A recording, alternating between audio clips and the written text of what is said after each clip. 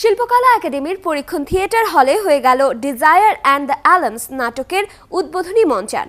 প্রায় 100 বছর পুরনো চিত্রনাট্যে ফুটিয়ে তোলা হয়েছে বর্তমান সময়ের অসঙ্গতির চিত্র। আমেরিকান চিত্রনাট্যকার ইউজিন ওনিল এর রচনায় কবির চৌধুরীর অনুবাদে নাটকটি মঞ্চে আনে শব্দাবলী গ্রুপ থিয়েটার।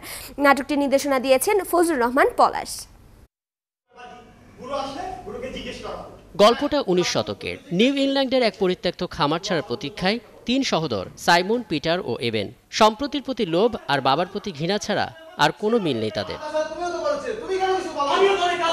মঞ্চের আলো আধারিতে চলে 3 ভাইয়ের কথোপকথন। সম্পত্তি ভাগ লিখে দেয় ক্যালিফোর্নিয়া যাবার অর্থ মিলে যায় ছোট ভাই এবেন থেকে।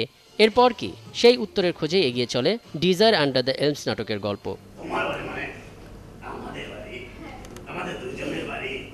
মঙ্গলবার সন্ধ্যায় শিল্পকলা একাডেমি পরীক্ষণ থিয়েটার হলে হয়ে গেল নাটকটির উদ্বোধনী মঞ্চায়ন, যা ছিল শব্দাবলী গ্রুপ থিয়েটারের 63তম প্রযোজনা। নোবেলজয়ী মার্কিন নাট্যকার ইউজিন ওনিলের রচনায় নাটকটি অনুবাদ করেছেন কবির চৌধুরী এবং নির্দেশনায় ছিলেন ফজলুর রহমান পলাশ।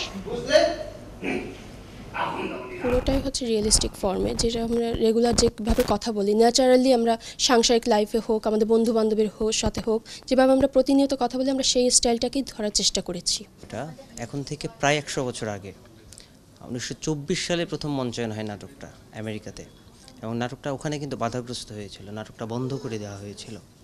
ঠিক প্রায় 100 বছর পরে এসে আমরা এখন যে বাস্তবতায় এসে দাঁড়িয়েছি, আমরা এই নাটকটার সাথে হুবহু মিলে যাই। এগিয়ে চলা গল্পের আরেক চরিত্র 76 বছর বয়সী এরফাইম ক্যাবেট, যার পরিচয় তিনি 3 ভাইয়েরই পিতা, যাকে দেখা যায় একজন পরিশ্রমী ধর্মবিশ্বাসী খামার মালিকের ভূমিকায়, যদিও তার মধ্যে অন্যের সঙ্গ আর সহানুভূতি লাভের জন্য একটা আকুতিও বিদ্যমান।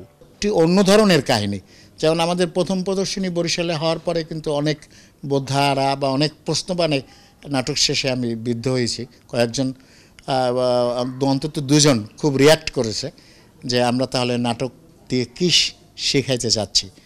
তো তখনও আমার ওই একটাই কথা ছিল যে আমরা কিছু শিখাইতে চাই না, আমরা শুধু আপনাদেরকে বোধটা তৈরি করতে দেওয়ার, যে আমরা এখনও সেই জায়গাতেই আছি। 1 ঘন্টায় নাটকে পুরোটাই জুড়ে ছিল নৈতিকতার চিহ্নবিহীন সমাজে ভ্রূণ হত্যা, নারীর প্রতি সহিংসতা, অসম বিবাহ সহ বিভিন্ন অসঙ্গতির রূপরেখা।